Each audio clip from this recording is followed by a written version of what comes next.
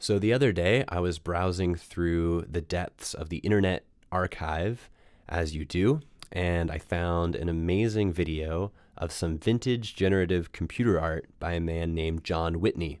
And in this video, he explains a little bit about his process, how he uses polar coordinate equations to generate these amazing line animations, very fluid looking animations. And I thought it'd be fun to try to replicate that effect using modern tools. But first, let's take a look at some of his art. This is one kind of action that I have been exploring. Asymmetrical, not center-oriented, a fluid kind of motion that is not stuck in one place. This motion is multiplex, no static elements except when it comes to rest. It has a path in space which is approximately a trajectory. I call it a linear figure. Okay, so the tool that I'm going to be using to recreate the graphics, the old-timey computer graphics that we just saw, is called processing. Processing is a programming environment for non-programmers. So if you're an artist and you're interested in creating generative art with your computer, processing is the tool for you. If this is your first time hearing about processing, then I recommend that you go watch some other processing tutorial videos because I'm not going to give much more of an introduction on processing. The other tool that we're going to be using is a mathematical tool called parametric equations. I'm just going to give a quick rundown on what parametric equations are. So I'm assuming that you've heard of your standard y equals mx plus b type of equation. So for example, something like this, y is equal to 5 times x. And then if we wanted to plot this on the coordinate plane, what we would do is plug in values of x, and then we'd get out values of y as output, and then we'd have an xy pair that we could plot on the coordinate plane, and then we can use this to plot a curve. A parametric equation is very similar, except we actually have two equations. We have a pair of equations, one for x and one for y. And then we have a third variable, t, which is our parameter. So an example of parametric equations would be something like this. X is equal to 5 times t, and y is equal to 3 times t plus 3. So the important part here is we have two equations rather than one, and we have a third variable, t, which is our parameter. And so the way this works now is we plug in values of t, and then we get out values of both x and y, and then we plot x and y on the coordinate plane. And this allows you to generate different types of curves than the normal ones you'd be able to create just using a y is equal to x type of equation. So we're going to represent our parametric equation in processing by using methods. So we're going to have a method called x. It's going to return a float, and as a parameter, it's going to accept a float. We're going to call that t. For now, we're just going to start off really simple, and we're going to return 0. And we can copy this to create our method for y. Great, so now we have our parametric equations, but we can't see them yet. We're not drawing them yet. So in order to do that, we're going to have to do a little bit of processing setup. Set the background color to dark gray, give our sketch a size, and in our draw function, we're going to start off bare bones. What we're going to do is we're just going to draw a single point for our parametric equations with t equal to 0. So I'm going to change the stroke weight so that we can see our point. And we're going to use the point method.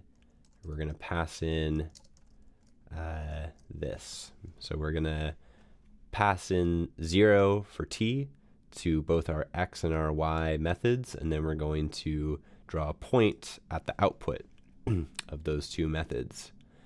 And if we run this sketch now, we can see that sure enough, there's a little point up here in the upper left corner at 0, 0. It's kind of annoying that it's in the upper left-hand corner like that. So before we draw the point, I'm going to use the translate method to translate the point to the center of our sketch. And now you can see the point is at the center of our sketch. This isn't very interesting because our value of t is just staying at 0. And what I'd like to do to visualize the parametric equations is to change our value of t over time. So every time the draw method is called, we draw the point at the current x and y coordinates, and then we increment t. So in order to do that, I'm going to create a variable for t up here, and it's going to start out at 0 by default. And then we can pass in that variable to those two methods, and after we draw the point, we can increment t by 1. And when I run the sketch, it's still not moving because we're just returning 0 for our x and our y. So if we return t, for example, for x, and now we run the sketch, we can see a line being drawn. Well, really it's just this point, this single point being drawn again and again and again, but because we're not clearing the canvas, the points are all stacking up on top of each other, and we see this line moving to the right. So it's a nice visualization of the parametric equations. We can also return negative t, for example, from this method, and now we get a different type of line, one that's moving to the right but also up at the same time. We can do more interesting things if we use sine functions and cosine functions. So for example, if we use the sine of t, then you can see initially that our line is kind of squiggling a little bit. It's a little bit hard to see, so let's multiply our sine by 100, and then inside of the sine function, let's divide t by 10. And now we clearly see we have a sine function. So it's probably important to remind you about a few things about sine waves if you haven't worked with them for a while. This coefficient within the sine wave parameter allows you to adjust the frequency of the wave. So if we divide t, that means we're lowering the frequency. So if I put 100 here, then we're going to get a really slow frequency in our sine wave. If we multiply t, then we're going to increase the frequency. So now our frequency is so high, we can't even see the sine wave anymore, really, the way it's being drawn. This, actually happens to be really cool. So this might inspire you to use this technique to create some sort of interesting dotscape or something like that with patterns in it. But for now, we're going to stick to sine waves that we can actually see clearly. Okay. Now, the real power, excuse me, the real power of parametric equations is that we can modify this x equation and this y equation, and we can use sine waves in both of them. So, for example, within this x equation, I can use another sine wave, and let's just copy the same one that we had before for y, and now we get this diagonal line. The point is moving back and forth along a diagonal line. But if we change this sine to a cosine, watch what happens. We get a circle. What we've done is we've created a parametric equation that represents a circle. We can create more interesting effects here if we start to layer sines and cosines on top of each other by adding them. So if I add another sine wave on top of the first one, and I give it different coefficients, so for example, divided by 20 here, and times 20, then we don't get quite a perfect circle. We get kind of this circle that oscillates back and forth a little bit. And if I continue to tweak the parameters here, let's do divided by 15, then we can get, again, different shapes. If I increase the amplitude,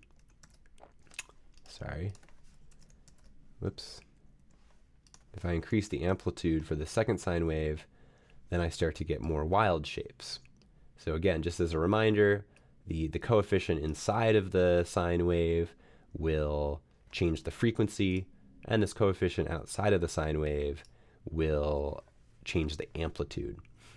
It's kind of smart to use a lower amplitude if your frequency is higher.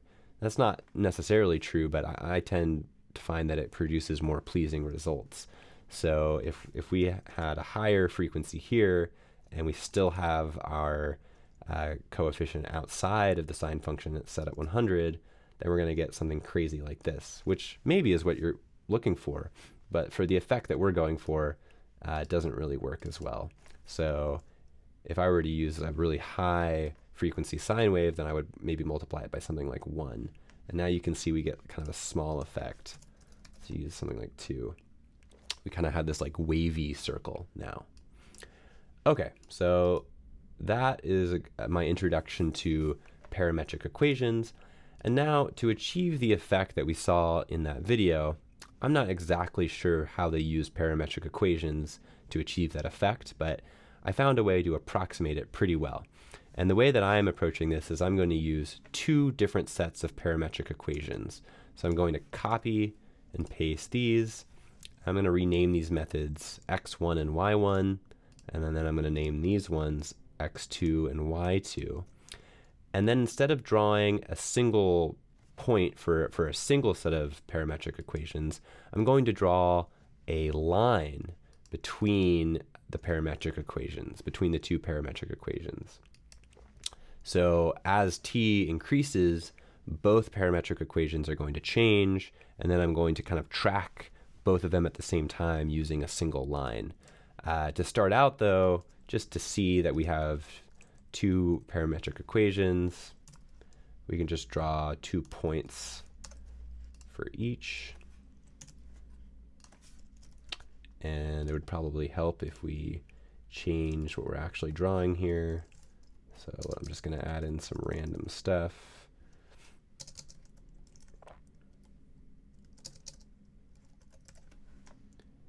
So now you can see we have 2 parametric equations being drawn at the same time. Let's make this one a little bit more interesting. Let's do something like this. And let's increase the amplitude of the second one. Great. So now, rather than drawing points, we're going to draw a line that connects the first parametric equation to the second one. Let's see what that looks like. Awesome. Now we're starting to get that effect we saw in the video. These lines are starting to stack on top of each other quite a bit. So let's clear out the sketch every frame. And now we just see we have this one line waving around. It kind of looks like a drunk Jedi waving a lightsaber or something. That trailing effect, though, is kind of cool. So we want to keep that without having the lines stack on top of each other so much. So in order to do that, we're going to use a for loop, and we're going to draw multiple lines at different values of t. So let's have a for loop. Let's create a constant for the number of lines. We're going to have static final int num lines. We'll start out with 10 lines. And then we're going to loop over the number of lines. And then rather than just drawing 10 lines on top of each other, if we were to just draw this right now, we don't see any difference because we're drawing 10 lines, but they're all for the same values of t. We want to vary the values of t for each of our lines. An easy way to do that is just to add our looping variable I onto the t. And you'll see what the effect this has. Now we get that cool trailing effect. Great. If we want to slow down how fast this thing is moving, we can increment this by 0.1, for example. Maybe that's a little slow. Let's just increment it by 0.5. So this pretty much concludes the tutorial, actually. We've gotten something that kind of approximates that look, that effect that we saw in the video at the beginning of this tutorial. The trick here is basically to choose interesting parametric equations that produce interesting results, and the key to that is to layer up sines and cosines on top of each other. So I can just start playing around with this and start layering stuff up. Let's do something like that. I don't know, times 50.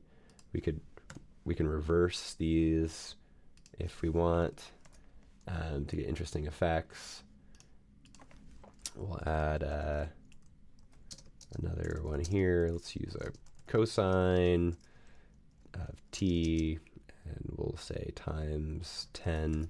This is going to be kind of it's going to give it like a jiggly look, kind of a wavy look. So you get the idea. You basically just want to keep playing around with these parametric equations, and you can get really interesting results by continuing to play around with these. One last thing before you go. In the beginning of this video, I mentioned that the artist uses polar coordinate equations to achieve their result, whereas I talked a lot about parametric equations. I also talked a lot about sines and cosines, but I don't think I made it clear that a parametric equation doesn't have to have a sine or a cosine. The reason why we're using sine and cosine functions is to achieve that loopy, circular look that works well for this sort of graphics.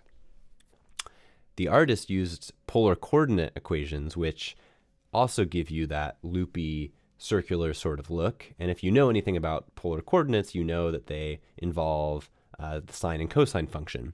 So even though I wasn't totally explicit about the difference between those two things, really what we've done is we've used sines and cosines to achieve the same thing that we could achieve using polar coordinates. Great, thanks for watching, and if you are able to create any cool visuals yourself, please send them my way, and I'd love to take a look. If you have any questions, please leave them in the comments. Thank you.